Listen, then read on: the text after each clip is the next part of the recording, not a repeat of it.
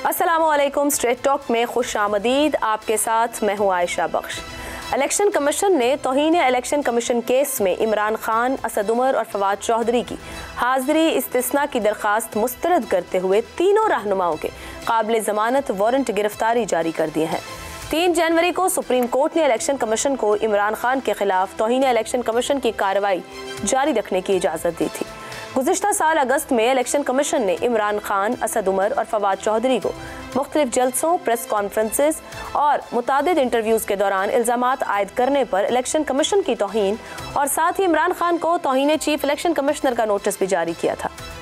Record के मुताबिक इमरान खान ने 11 मई, 16 मई, 29 जून, 19 और 20 जुलाई और 7 अगस्त को अपनी तकारीर, प्रेस कॉन्फ्रेंसेस और बयानात में इलेक्शन कमीशन के खिलाफ मज़ाहिका खेज़ और गैर पार्लिमानी ज़बान इस्तेमाल की, जो बराह रास्त टीवी चैनल्स पर नशर हुई। अब इस केस को लेकर सारी नज़रें 17 जनवरी पर लगी हुई हैं, जब इलेक्शन कमीशन में इस केस की समाअत होगी। अपने पैनल के सामने इस मामले पर सवाल रखेंगे, मगर सवाल के साथ साथ एक अहम मामला है इलेक्शन कमीशन में जारी कार्रवाई, उसकी अहमियत और उसके असरात। इसके लिए आज हमारे साथ कमर दिलशाद साहब इस सेगमेंट में मौजूद होंगे। जानने की कोशिश करेंगे कि वहाँ कितनी इंपॉर्टेंस रहेगी वहाँ से आने वाले फैसलों की और इलेक्शन कमीशन किस हद तक के फैसले दे सकता है। पैनल में हमारे साथ हैं हसन निसार साहब हैं, जैगम खान साहब प्रोग्राम का हिस्सा होंगे, इसार राना साहब हैं, शहजाद चौधरी साहब हैं। सवाल पैनल के सामने इस तरह से रखेंगे, क्या सियासी रहनुमाओं की सियासत को अदालती सजाओं और इलेक्शन कमीशन के अहकामात से कमज़ोर किया जा सकता है? सवाल आप सबके लिए कुछ इस तरह से है। तौहीन election commission case, Imran Khan, Asad Umar और फवाद चौधरी के वारंट गिरफ्तारी जारी। क्या सियासी रहनुमाओं की सियासत को अदालती सजाओं और इलेक्शन कमीशन के अहकामात से कमज़ोर किया जा सकता है? कुंवर दिलशाद साहब की जाने से पहले हसन साहब आपसे जानना चाहूँगी, ये हमारे यहाँ सियासतदान की सियासत क्या अदालती या और किसी इदारे की तरफ से आए फैसलों की वजह से मुतासिर हो सकती है, कमज़ोर हो सकती है, ख़त्म हो सकती है?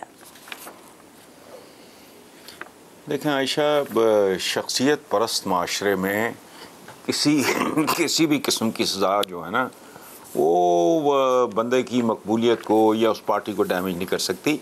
सीधी सादी अदालती सज़ाओं को तो छोड़ें, अदालती कत्ल भी किसी की सियासत को कत्ल नहीं कर सकता और सज़ा नहीं दे सकता। जुल्फ़कार अली भुट्टो का नवासा इस बाली उमरिया में आपके मुल्क का 24 करोड़ के लोगों की मुल्क का वो वज़ीर ख़ारजा है, और कल ख़तरा है कि वो वज़ीर आज़म भी वो हो सकता है। जहाँ तौहीन आइन कोई मसला नहीं, वहाँ तौहीन इलेक्शन कमीशन किस खाते में? ये नहीं हो सकता। शख्सियत परस्त माशरे में नहीं हो सकता। नो। एक ही रीज़न आप देख रहे हैं कि हम शख्सियत परस्त माशरा, इसलिए नहीं हो सकता। मैं दोबारा आपकी तरफ आऊँगी। अभी कुंवर दिलशाद साहब, मैं आपको शामिल करना चाहूँगी। तौहीन इलेक्शन कमीशन की कोई हैसियत नहीं है, ये हसन निसार साहब कह रहे हैं, मगर मैं आपको इस सवाल को थोड़ा सा, 2 फैसले जो कि लाहौर हाई कोर्ट और सुप्रीम कोर्ट का है, सुप्रीम कोर्ट का 3 जनवरी का और लाहौर हाई कोर्ट का 5 जनवरी का, जिसमें रोका गया 5 जनवरी को कार्रवाई से, और आज ये कार्रवाई हो रही है, जिसके बाद अगली तारीख 17 जनवरी की है। आपके ख्याल में किस कोर्ट का फैसला ऊपर देखा जाएगा, रखा जाएगा, उसकी अहमियत है, या लाहौर हाई कोर्ट के फैसले को ना ओबे करते हुए इलेक्शन कमीशन ने तौहीन किया है? स्टेटस क्या है इस इलेक्शन कमीशन की कार्रवाई का राइट नाउ? देखिए जी, इलेक्शन कमीशन का पाकिस्तान जो एक आईनी इदारा है और उसके जो इख्तियारात हैं वो 2 सतह पे हम देखते हैं। पहले इख्तियारात हैं उनके हाई कोर्ट के बराबर उनके इख्तियारात हैं। चीफ इलेक्शन कमीशन का स्टेटस जो है वो आइन के आर्टिकल 213 के तहत सुप्रीम कोर्ट ऑफ पाकिस्तान के जज के बराबर है। इसी तरह के जब फैसले होते हैं अपने एक आईनी इदारे अपने तहफ़्फ़ुज़ के लिए सुप्रीम कोर्ट पाकिस्तान के पास, हाई कोर्ट के पास कंटेम्प्ट के इख्तियारात हैं, और आर्टिकल 204 एक फ़ायदा लिखा है कि अगर किसी कंटेम्प्ट करेंगे तो वो 204 के ज़द में आ जाते हैं। इसी तरह हमारा जो आर्टिकल 63(1)G में लिखा हुआ है कि आप अगर कोई शख्स, कोई इदारा या कोई शख्स या पार्टी अगर तौहीन करे, जजों की, अदलिया की तौहीन करे, तो आर्टिकल 63(1)G के तहत 5 साल की सजा हो सकती है। इलेक्शन कमीशन का इदारा भी एक हाई कोर्ट के बराबर है आइन के तौर से। इसी तरह आइन ने इलेक्शन कमीशन को बेपनाह इख्तियार दिए हुए हैं। आर्टिकल 218 है, बेपनाह इख्तियार है, समंदर इख्तियार का, जिसमें लिखा हुआ है कि करप्ट प्रैक्टिस को रोकना इलेक्शन कमीशन पाकिस्तान की आइनी जिम्मेदारी है। इसी तरह आर्टिकल 237 है बेपरवाह इख्तियारात है। उसमें लिखा हुआ है कि इलेक्शन कमीशन पाकिस्तान के इख्तियारात कम नहीं कर सकते, कोई अदलिया कम नहीं कर सकती।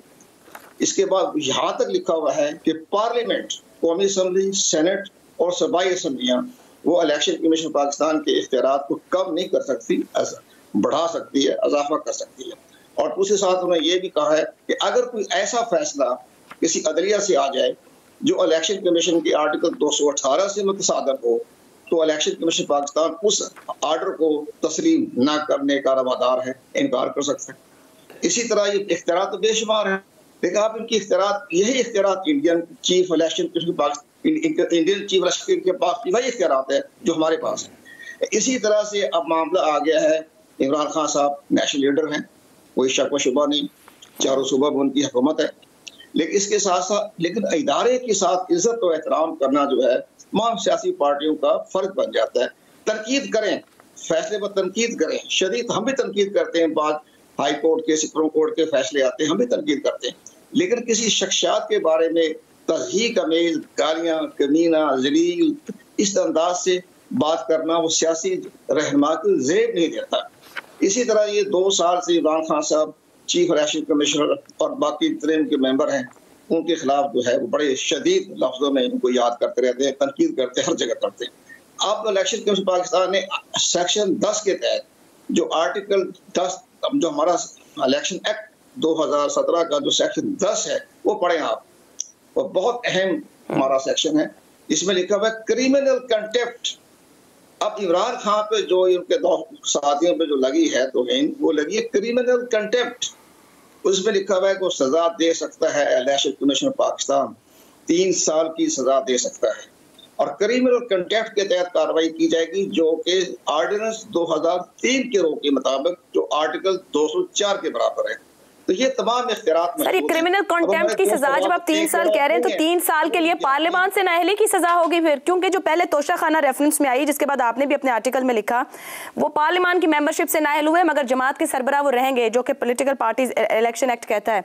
अब आप जिस 3 साल की सजा की बात कर रहे हैं, अगर जनवरी फरवरी किसी वक्त वहां पर कोई सजा होती है तो वो क्या अगले 3 साल के लिए पार्लियामान को कंटेस्ट नहीं कर सकेंगे? जी हाँ, पार्लियामेंट से खत्म हो जाएंगे, आउट हो जाएंगे पार्लियामेंट से। नाहल का मतलब क्या होता है? पार्लियामेंट ही होते हैं ना, कोई सरकारी वो तो नहीं है ना मुलाजिम कि आप उनको डिसमिस कर दें।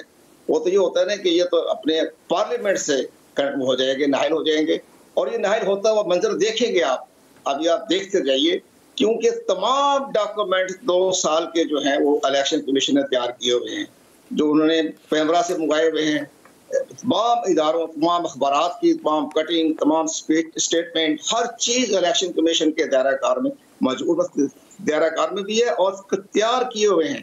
जब वो फैसला सुनाएंगे तो वो जाएंगे सुप्रीम कोर्ट ऑफ पाकिस्तान, तो सुप्रीम कोर्ट ऑफ पाकिस्तान भी देखेंगे कि जनाब इनको गालियां दे रहे हैं आप, इनको कमीना कह रहे हैं, इनको जलील कह रहे हैं, इनको तो आप बाकी तनकीद करें। तो ये जुमले जो आपने अदा किए हैं ये तो हम भी बर्दाश्त नहीं कर सकते। तो ये सब चीजें सुप्रीम कोर्ट में जाएगी, जो फैसला वो करेंगे, तो फैसला बड़ा अहम आएगा। कुंवर साहब साथ ही रहिएगा, कुछ और गुफ्तगू लेके आपकी तरफ आऊंगी। जी सर, साथ ही रहिएगा, कुछ और गुफ्तगू भी लेकर आपकी तरफ बढ़ते हैं। इसके अंदर एक दो और सवाल है, शहजाद साहब को शामिल कर लेते हैं। शहजाद साहब, ऊपर हसन साहब ने भी बात की कि हम एक शख्सियत परस्त माशरा है, इलेक्शन कमीशन किस हद तक की कार्रवाई कर सकता है ये हम सब ने जाना और उसका इख्तियार कितना है।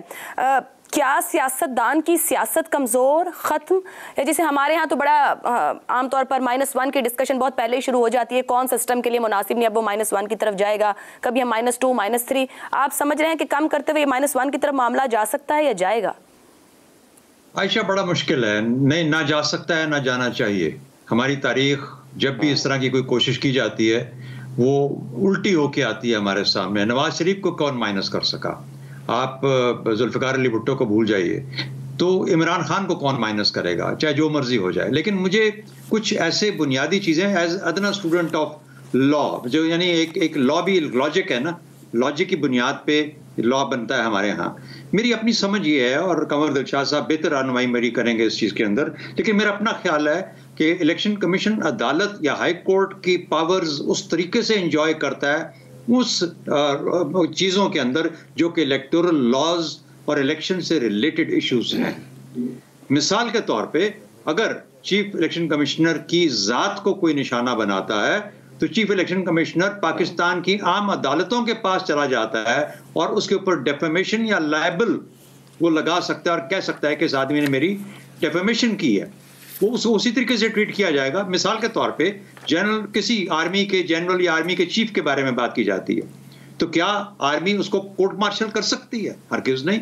कोर्ट मार्शल के लिए आइन में बड़े क्लियर कवानीन दिए हुए हैं कि सिर्फ इन लोगों का, सिविलियंस का कोर्ट मार्शल हो सकता है जो कि पाकिस्तान की, जिसे कहते हैं ना कि एस्पियोनाज या उस तरह की सिंसियरिटी जो कि बहुत ग्रेव सिक्योरिटी का वो थ्रेट है या जो पूर्ण साबित हो जाता है, उसको आप कर सकते हैं। हर किसी को जो कि फौज के बारे में या किसी आर्मी के जनरल के बारे में गुफ्तगू करता है, हम उसका कोर्ट मार्शल नहीं कर सकते, हमें कानून उसकी इजाजत नहीं देता, इसीलिए हम वापस अपनी अदालतों के पास जाते हैं। तो इसलिए इलेक्शन कमीशन, मेरा ख्याल है कि अपने तय अपनी ज़ात पे, और दूसरी बात, उसको महसूस हो सकता है इलेक्शन कमिश्नर को कि मेरा नाम लेके या मुझे किसी तरीके से डिफेम किया गया, लेकिन क्या ये पावर उसको दी जा सकती है कि वो आके कहे कि जी तौहीन अदालत? एक और दो बड़ी जरूरी बात सुन लीजिएगा। तौहीन अदालत के ऊपर सुप्रीम कोर्ट के अंदर इस वक्त बहुत बड़ी बहस जारी है। शायद सामने खुल के ना आए। जस्टिस मंसूर अली शाह, जस्टिस काजी फायज ईसा, ये सब वो लोग, और भी जज वो लोग हैं जो कि कहते हैं कि तौहीन अदालत के ऊपर जब हम लेके आते हैं या सुओ मोटो के ऊपर लेके आते हैं किसी को, तो फिर हमें उसके ऊपर जाहिर है कि हमें देखना चाहिए कि सुओ मोटो की पार या तौहीन अदालत की पार को कैसे हम कर्टेल कर सकते हैं। ये तो खुला हाथ दे दिया कि जिसको चाहे बुला के सामने खड़ा कर दो। चौथी एक और चीज़ और फाइनल चीज़ बताऊं आपको, ये वो वक्त है पाकिस्तान में जहां पर जो हमारे इदारे हैं जिन्होंने इस रियासत का निज़ाम चलाना है, वो इस हद तक अपनी साख को बचा के रखें कि वो मुतनाज़े ना हो। जहां पर आप मुतनाज़े ऑलरेडी कर दिए गए बदकिस्मती से, सही या गलत की बात नहीं कर रहा, वहां पे तो हर चीज फूंक फूंक के कदम उठाना पड़ेगा, और खासतौर पे फिर ऐसी चीज के अंदर जहां तौहीन अदालत का मसला हो, यानी तौहीन अदालत आपको कहीं ना कहीं जज्ब करनी पड़ेगी। उसी तरीके से जब आप किसी सियासतदान के खिलाफ बात करते हैं, उसको महसूस होता है कि उसके खिलाफ स्टैक कर दिया गया तमाम ऑर्डर्स को, तो मेरा ख्याल है कि ये थोड़ा सोचना पड़ेगा। मेरी नजर के अंदर तो ये कोई ऐसी चीज बनती नहीं है कि जिसमें कि इलेक्शन कमीशन अपने आप को और मुतनाज़े बनाए, इस तरह की काम करे। कोई वेटेज नहीं है। इस राना साहब, सवाल की तरफ जाते हुए एक साथ ज़मीनी सवाल जो कि शहजाद साहब बात कर रहे हैं, इदारों को मुतनाज़े बना दिया गया या इदारे खुद मुतनाज़े बन चुके हैं? जो भी सूरत हाल है, उनके रोल को देखते हुए अगर कहीं ये एहसास आना शुरू हो जाए कि किसी एक शख्स की तरफ या किसी एक मामले की तरफ तमाम तोपों का रुख है, तो फिर ये सवाल जो हमारा है, ये कितना मतलब इसे कहा जाए कि फिर तो कोई किसी को कमज़ोर ना कर पाए अगर ये चीज़ सामने स्टैब्लिश होना शुरू हो। बात यह कि शायद वो न्यूटन का पहला कानून था, मैंने मैट्रिक में पढ़ा था कि जो स्पीड और वेलोसिटी है, ज़मीन जो है वो कशिश शकल से बहुत सारी जो स्पीड है उसे रोक लेती है। आपका जो सवाल है कि क्या कमज़ोर किया जा सकता है, तो देखें स्पीड तो कम हो जाती है ना जब ये मुकदमात, तौहीन अदालत, ये वो, तो ये स्पीड ब्रेकर हैं। एक फ्लो में अगर कोई पॉलिटिशियन जा रहा है और उसके इर्द गिर्द इस तरह के बहुत सारे स्पीड ब्रेकर खड़ा कर देते हैं, तो उसकी तवज्जो जो वो उसकी पॉलिटिक्स है उससे हटके वो इन मुकदमात की तरफ चली जाती है। अब आप देखें भुट्टो साहब जो हैं उनकी सियासत तो ख़त्म नहीं हुई, लेकिन भुट्टो साहब तो ख़त्म हो गए एक अदालती फैसले से। मोहतरमा बेनज़ीर भुट्टो की सियासत ख़त्म तो नहीं हुई, लेकिन वो वज़ारत उज़्मा से तो फारिग हो गई, सियासत तो रह गई। लेकिन बात यह है कि ये दोनों होता है रेसिप्रोकल। आप इदारों का एहतराम करें, ये आप पे फ़र्ज़ है। आप जितने मर्जी बड़े लीडर हैं, आप जितने मर्जी बड़े पॉपुलर लीडर हैं, अगर आप इखलाकी तौर पे खुद एक सिंबल के तौर पे सामने नहीं आते और आप खुद ही गालें कर दें, मैं इंज कर देंगे, मैं ऊँच कर देंगे, तो फिर आप कहाँ खड़े? फिर दूसरी जानिब इदारों को भी अपनी इज्जत का एहतमाम भी करना चाहिए और एहसास भी करना चाहिए।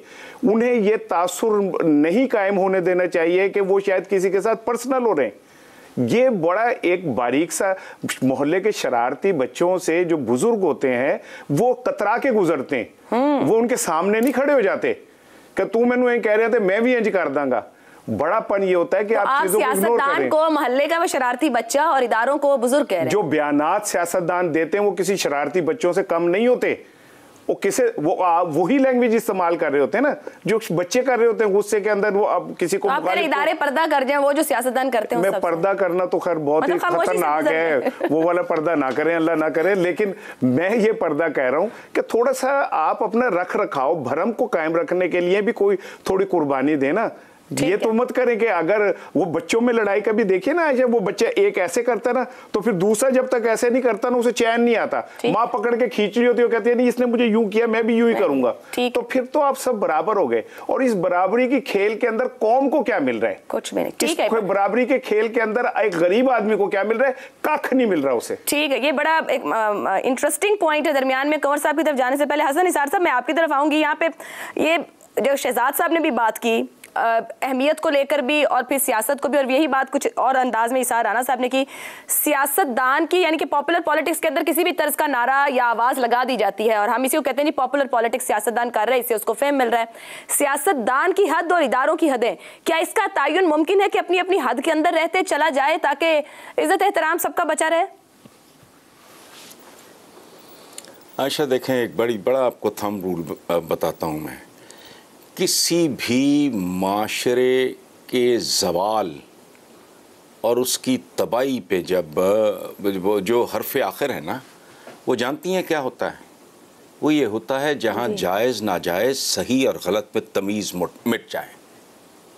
पाकिस्तान वो मुल्क है। किस बंदे ने सोहरावर्दी को कुत्ता कहा था?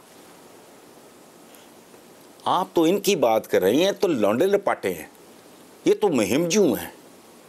कहने वाला कौन था? मैं नाम लेते हुए शर्मा रहा हूँ। जो फरमाया कुंवर साहब ने वो निसाबी किताबी तौर पे बिल्कुल दुरुस्त है, लेकिन ग्राउंड रियलिटीज़ का उनके साथ कतन कोई ताल्लुक़ नहीं है, कतन कोई ताल्लुक़ नहीं है। मैंने जो एक बात की उसको तो मोस्टली अब इधर से सुन के उधर से निकाल दिया गया। देखें, बुत परस्ती से ज़्यादा खौफनाक, भयानक और गलीज़ चीज़ है शख्सियत परस्ती। बुत की पूजा करते हो उसका कुछ नहीं बिगड़ता, वो तो बट्टा है, लकड़ी है, पत्थर है, धात का है। इंसानों की जब पूजा होती है उनके दिमाग उलट जाते हैं। ये शख्सियत परस्त समाज है। उल्टा लटक जाओ 101 अलग। अच्छा, बात जब आप आइन की करते हो तो मैं तो उसको इस काबिल भी नहीं समझता कि उस पर 2 जुमले बोलूं। इस मुल्क में सबसे लंबी टर्म जो भुगता के गया वो ज़ियाउल हक था। अगर वो खाक ना हो जाता तो पता नहीं आज तक भी बैठा होता। उसने इसको चंद कागज़ों पे मुश्तमिल एक चीथड़ा करार दिया था, और रियलिटी यही है। बाकी आइन मुकद्दस होता है तो फलाना है, टमकाना है। मैं हर तकरीर सुनने को तैयार हूँ, चूँकि एकेडमिकली वो बिल्कुल ठीक है। के साथ मैं तो मेरे पास पड़ी है किताब करूंगी सर, आइन के नीचे तो है, फिर मुल्क अगर खड़ा है तो ये तो आपका ख्याल है, ये खड़ा है, इसको टूटे सदियां हो गई हैं। आपने भी 20 साल पूरे नहीं किए। ये जो कहते हैं ना 27वीं की रात को बना था, इनको भूल गए हैं कि जो बना था वो कायम नहीं है। ये अच्छा खड़ा है। चले आधे से ज्यादा जा चुका है, बाकी आधे में लोग आटे के लिए मर रहे हैं। आप कह रहे हो मुल्क है दुरुस्त। आज भी एक डेथ की खबर है। अल्लाह रहम करे, अल्लाह रहम करे और हम लोग भी कुछ सीखें। इसी इख्तिलाफ को आगे रखते हुए जो आपने शख्सियत परस्ती की बात की, उस पर एक मुख्तसर सा कमेंट मैं कुंवर दिलशाद साहब से, इस बात पर तो नहीं, आपने जो सजा की बात की थी क्रिमिनल कंटेम्प्ट की 3 साल की, तो क्या इमरान खान साहब जैसे हसन साहब कह रहे हैं कि ग्राउंड रियलिटी कुछ मुख्तलिफ है? जब हम बहुत सी बातें कर रहे हैं, कोर्ट्स के अंदर मामला जाएंगे, कुंवर साहब आप समझते हैं कि 3 साल की सजा, आपने जितनी बार कहा और लिखा भी इसके ऊपर के नाअहल होने को है, ये 3 साल सस्टेन कर सकते हैं? क्या इमरान खान को सियासत से आउट रखा जा सकता है? ये सवाल मुझसे कर रहे हैं आप? जी सर, आपको ही पूछा है, क्योंकि वो कह रहे हैं किताबी बात अलहदा है, हकीकत अलहदा है हमारी। मैं बताता हूँ आपको, मैं अपने दोस्तों को, पैनलिस्टों को एक तारीखी बातें नहीं बल्कि हकीकत बयान कर रहा हूँ। इमरान खान को माफिया मांगने का बड़ा शौक है। सरदार रजा साहब थे चीफ इलेक्शन कमिश्नर, तो उनको उन्होंने बार बार नोटिस, उनको उनकी शान में गुस्ताखी की थी उन्होंने, इमरान खान साहब ने, तो उनको नोटिस जारी किया, नहीं आए, तो उन्होंने इस्लामाबाद हुक्म किया कि इमरान खान को हथकड़ी लगा के मेरे सामने पेश किया जाए। तो बाद में बड़े बड़े वकला पेश हो गए, रिक्वेस्ट की कि सर ये हथकड़ी लगाने वाली शेख वापस ले लें, वो आपके दरबार में पेश हो जाएंगी। तो इमरान खान साहब पेश हुए, बाबर अवान गवाह हैं, और जो माफी नामा मांगा इमरान खान ने वो मेरे पास मौजूद है।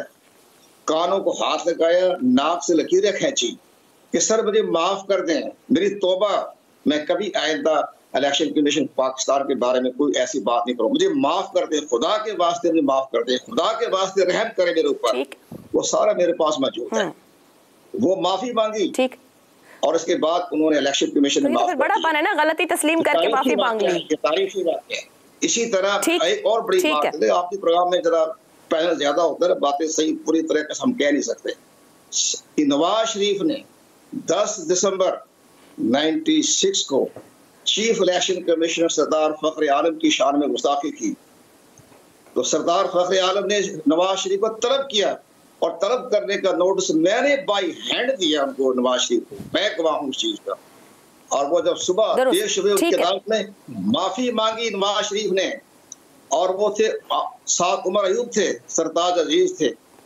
ठीक है कौन सा, मुझे ब्रेक की जानिब बढ़ना है। मैं माजरत चाहूंगी कि फिलहाल वक्त की कमी है, हमें इस सेगमेंट से गुफ्तगू आपके सामने रही है।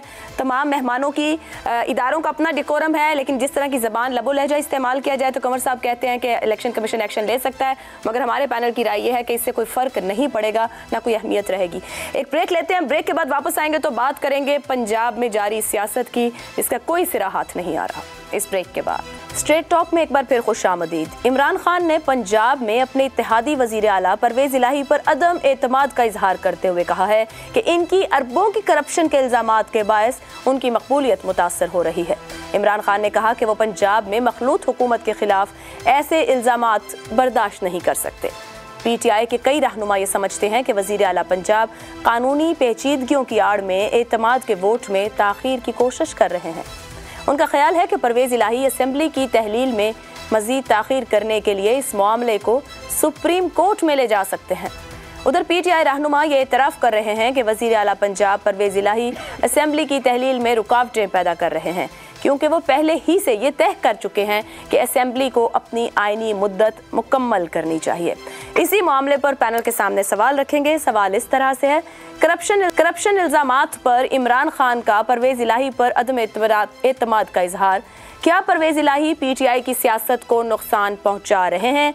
आप हाँ और नहीं दोनों ऑप्शन के साथ जा सकते हैं। आपको लगता है पहुंचा रहे हैं तो आप ये कह सकते हैं कि जी हाँ, परवेज इलाही जो चॉइस है वो भारी पड़ रही है इमरान खान को।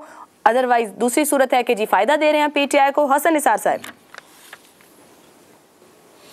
देखें जी, वो तो पहले भी इन पे बहुत बड़े बड़े इल्ज़ामात लगा चुके हैं। नतीजा आज वो उनके वज़ीर आला हैं, फिर वो उन पे इल्ज़ामात लगाएंगे, परसों फिर वो उनके वज़ीर आला हो सकते हैं। So don't take these people and their statement seriously. ठीक है, रह गया PTI की सियासत को नुकसान, तो मेरा ख्याल है उसको फ़ायदा ही हो रहा है। देखें, हम तो स्टेक होल्डर्स नहीं हैं, हम अपने तौर पे जितने लोग बैठे हैं दयानतदारी से अपनी अपनी राय दें। Does it make any sense? हम तो जो हमारे सामने आता है उस पर बात करते हैं। इतने ज़बरदस्त इनिशिएटिव्स वो ले रहे हैं, और ये इस वक्त असम्बली तोड़नी है, क्या क्या निकालना है उसमें से, मुझे नहीं समझ आती। इनके अपने लोगों की भारी अक्सरियत, मेरे पास बड़ा फुटफॉल है इन लोगों का, वो उनकी समझ में नहीं आ रही। एक नुक्ता नज़र आया, वो नहीं चाह रहे होंगे, वो बहुत सारे काम मुकम्मल करना चाह रहे होंगे। इल्ज़ाम पहले इससे ज़्यादा संगीन लगा चुके हैं, वो सबसे बड़े डाकू और फलाना, आज पार्टनर्स हैं, कल फिर कुछ और होगा, उसके बाद फिर कुछ और हो जाएगा। So don't, let's not take them seriously at all. जो नसीब में लिखा होगा इस मुल्क के वो हो जाएगा, बाकी छोड़े। या जो पिया मन परवेज इलाही के नसीब में क्या लिखा? अगर इतना फायदा हो रहा है सर PTI को और इस इत्तेहाद को, तो फिर एतमाद का वोट क्यों नहीं ले लेते हैं? उसमें क्यों ताखीर कर रहे हैं? उसमें अदालत जाके क्यों यकीन दहानियां दे रहे हैं? एतमाद का वोट लें और अपनी हुकूमत चलाएं आगे। आप पॉलिटिशियन नहीं, ना आप पॉलिटिशियन है ना मैं पॉलिटिशियन हूँ। ये स्टेक होल्डर्स को पता होता है। पाकिस्तान की सियासत तो दुनिया में जहाँ कहीं भी रही बहुत खौफनाक है, और पाकिस्तान की सियासत तो वैसे ही कैरेक्टरलेस है। इसके बारे में मैं तो आई एम नॉट केपेबल कि वो क्यों नहीं ले लेते और क्यों ले रहे हैं, और कल अगर ले लेंगे तो फिर मैं आपसे पूछूंगा, इसलिए इसको रहने दें। ठीक है, ज़ैगम खान साहब आपकी जानिब आएंगे। क्या परवेज इलाही PTI की सियासत को नुकसान पहुंचा रहे हैं आपके ख्याल में? इमरान खान की जानिब से एक नहीं कई बार, और ख़ुद परवेज इलाही साहब के कुछ स्टेटमेंट्स के बाद फिर वो जाके यकीन दहानी कराते हैं कि हम आपके साथ खड़े हैं, आप परेशान ना हो। तो फिर परेशानी है तो काहे की है? जी, यकीनन वो नुकसान पहुंचा रहे हैं और PTI को नुकसान पहुंचा रहे हैं। चौधरी परवेज़ इलाही ने पंजाब में पीटीआई को यरगमाल बनाया हुआ है। उन्होंने किस तरह वजारत आला हासिल की हमारे सामने है, कल की बात है। पहले उन्होंने पीडीएम से ऑफर ली। इमरान खान तो उनको वजारत आला देने को तैयार नहीं थे, वो तो 4 साल से मुसलसल मांग रहे थे। फिर ऑफर लेकर वो इमरान खान साहब के पास गए और फिर उन्हें मौत दिखाकर बुखार पर रजामंद किया। पंजाब छोड़ने को इमरान खान तैयार नहीं थे और इसलिए उन्होंने परवेज़ इलाही को वज़ीर आला बना दिया। और परवेज़ इलाही खुद कहते हैं कि इमरान खान ने उनके पेच कसने की बड़ी कोशिश की, नैब को उनके खिलाफ इस्तेमाल करने की कोशिश की, लेकिन नतीजा ये निकला कि परवेज़ इलाही और चौधरी जो है वो इमरान खान के पेच कस रहे हैं। इमरान खान नाक पर मक्खी नहीं बैठने देते और परवेज़ इलाही उनकी मुसलसल बेइज्जती पर बेइज्जती किए जा रहे हैं। नैपियाँ बदलने जैसा भी उन्होंने बयान दिया और फिर भी पीटीआई ने चूं नहीं की। इसके बाद भी आधे दर्जन बयान दे चुके हैं। इमरान खान जो है वो अपने हुकूमत से निकलने का सारा मुद्दा बाजवा साहब पे डालते हैं, कैसे कैसे इल्ज़ामात लगाते हैं, कैसे कैसे उनको अलकाबात देते हैं। और चौधरी साहिबान ये कहते हैं कि हमें तो इमरान खान साहब के पास भेजा ही बाजवा साहब ने था। चौधरी जो हैं वो अपने मफादात की सियासत कर रहे हैं और अपने मफादात की सियासत के लिए वो पीटीआई के मफादात को पसे पुष्ट रख रहे हैं, जिस तरह की कोई भी पॉलिटिकल पार्टी करेगी और अलाइड पार्टी भी करेगी। ये डिपेंड करता है, अगर इत्तेहादी हुकूमत है तो इस बात पे डिपेंड करता है कि किसका ज्यादा जोर चल रहा है।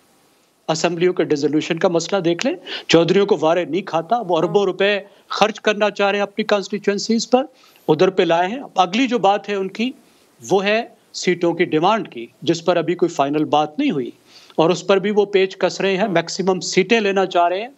और इमरान खान को जरूर पता होगा कि वो जितनी सीटें चौधरियों को देंगे वो सीधी इस्टेब्लिशमेंट की गोलक में जाएंगी।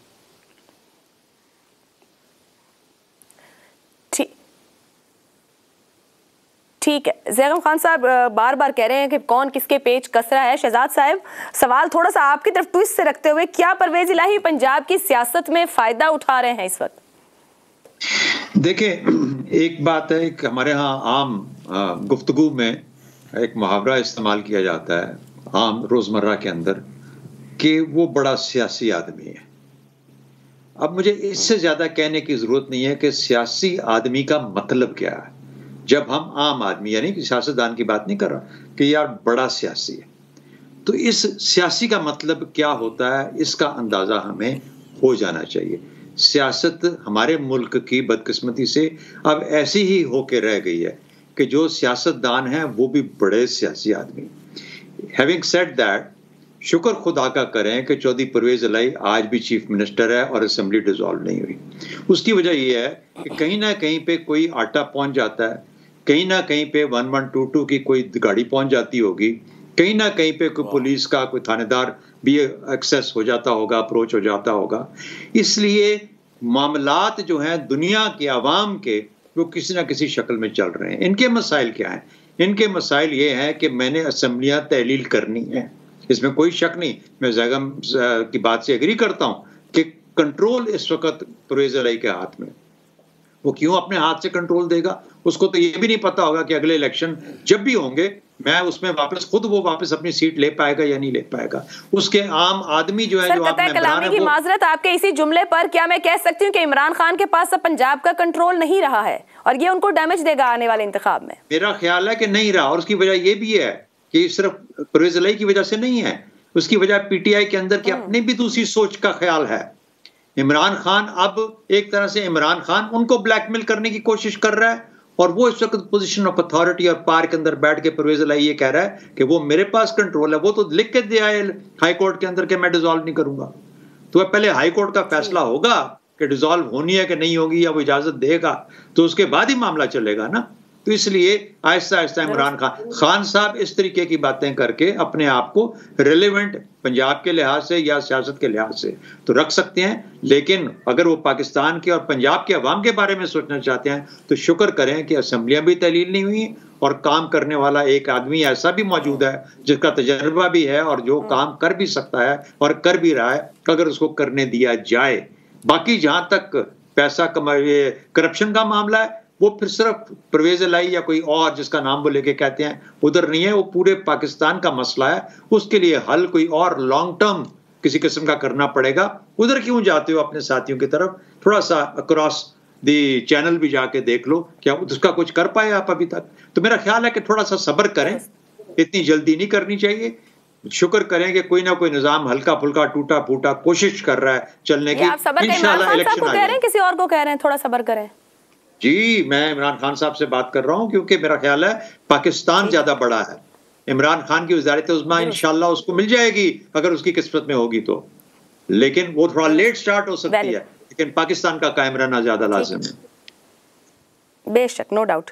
थोड़ा सब्र की कहते हुए शहजाद साहब बात को एक एंगल इसार साहब ये भी बनता है कि इस वक्त पंजाब के अंदर जो सियासत है इसमें पीडीएम हो, हम इस्टेब्लिशमेंट की खुले उस पर बात करते हुए, या मुस्लिम लीग काफ या तमाम स्टेक होल्डर्स, कोई भी नहीं चाहता असेंबली तहलील हो सिवाय इमरान खान के।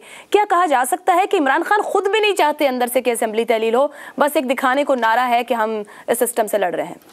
कि नहीं, एक फिल्म में ना सुल्तान रई साहब होते हैं और नन्ना साथ खड़ा होते हैं, तो अंजुमन उनसे कोई रास्ता पूछती हैं तो सुल्तान रई कहते हैं नकदी सीधी चली जा, तो नन्ना कहते हैं कि नकदी सीधी ना जाई सुल्तान रई दी नहीं तो इत्थे ही घूमती रहेंगी।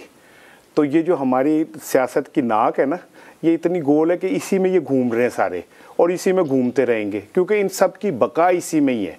इमरान खान से लेके और मुस्लिम लीग नून तक सबकी बका इसमें है कि इस सिस्टम में ऐसी, सबको पता है कि अभी इलेक्शन नहीं होने, सबको पता है कि ये चांदमारी कर रहे हैं, बस वक्त गुजार रहे हैं, डंग टपाऊ पॉलिसी चल रही है।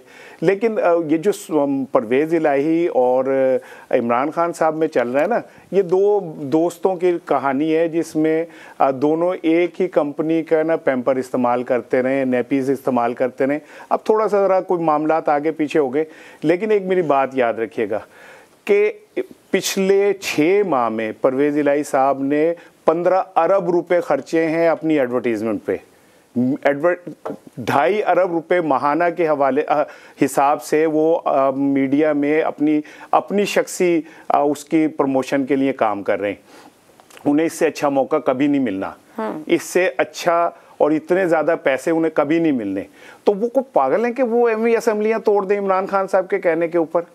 भाई उन्होंने पूरी बारी लेनी है, उन्होंने पूरा जो ये पैसे बचा के रखे थे, खाली ये इतना नहीं है। तो क्या कहा जा सकता है फिर परवेज़ इलाही ने इमरान खान को ट्रैप कर लिया है? जो उनके पास सियासी तौर पर वॉल्यूम मौजूद था या हजम था या जो सियासी कैपिटल था, वो अब फ्लाइट होने वाला है उनके पास। आपने ये सवाल किया था ना कि क्या पीटीआई की सियासत को नुकसान पहुंचा रहे हैं वो, तो दुनिया में कोई जमे ही नहीं जो पीटीआई की सियासत को नुकसान पहुंचाए। अच्छा। उसके लिए हमारे बब्बर शेख में इमरान खान ही काफ़ी है। अच्छा। वो खुद ही अपनी जमात को इतना नुकसान पहुंचा सकते हैं कि बाहर से किसी की ज़रूरत नहीं है।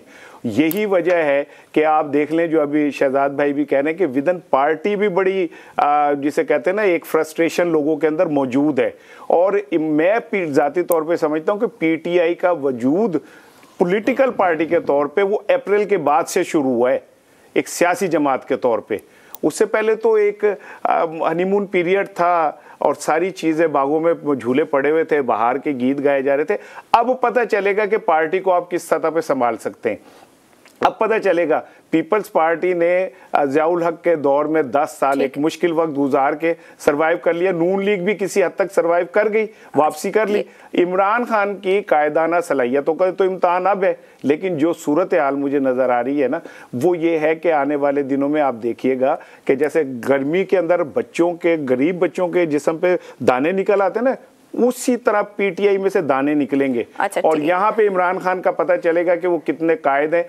परवेज़ इलाही तो रोज उन्हें जाके बनी गाला कहते हैं कि जागते रहना पर मेरे तो ना रहना। ठीक है, बड़ा एक वैलिड पॉइंट उठा दिया है कि बागों में झूले थे अब तक पीटीआई के लिए, अप्रैल से शुरू हुआ है। हसन साहब आपका कमेंट चाहूंगी, क्योंकि ऊपर आपने कहा कोई नुकसान नहीं होगा, जबकि बाकियों की राय काफी मुख्तलिफ है गुफ्तगू के दरमियान। आपके ख्याल में क्या अब जो टाइम पीटीआई के पास मौजूद है वो उसी स्टैंड कर पाएगी इस पूरी सियासत के अंदर आने वाले दिनों के लिए, या मुश्किल वक्त रहेगा? नहीं, वक्त अगर मुश्किल भी रहेगा कर वो पाएंगे।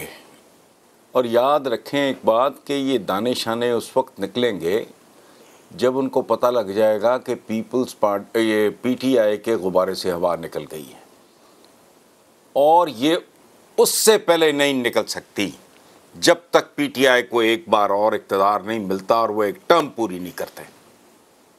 लोग छोड़ना चाहने के बावजूद नहीं छोड़ेंगे। They will keep clinging on to PTI। ये ज़हन में रखें। बाकी जो बात शहजाद भाई कर रहे थे भी, पॉलिटिक्स है ही इस चीज़ का नाम, और ये अब से नहीं है, सदियों से है। ये गलीज खेल है, ये है ही इस तरह का। और कि जो अपना फ़ायदा, और भैया आप यहाँ बड़े में लेने आते हो, करते क्या हो, यह होता क्या है? ये सारे अब्दुल सत्तार ईदी हैं यार, खुदा का वास्ता। ये सारी आपकी असेंबली, सेनेट, नेशनल असेंबली, ये ईदियों से भरी हुई है। ये खिदमत करने आए हुए हैं। एक ईदी ने पाकिस्तान का चेहरा दुनिया में बिल्कुल ही और तरह का दिखा दिया। ये सैकड़ों हज़ारों ईदी हैं पाकिस्तान का सत्यानाश। ये क्यों? हर बंदा अपनी मार पे है, ये ज़हन में रखें। उसके लिए मुल्क भी सेकेंडरी है, अवाम भी सेकेंडरी है, और यही आपकी टोटल, बल्कि आपकी टोटल पॉलिटिक्स की तारीख यही है।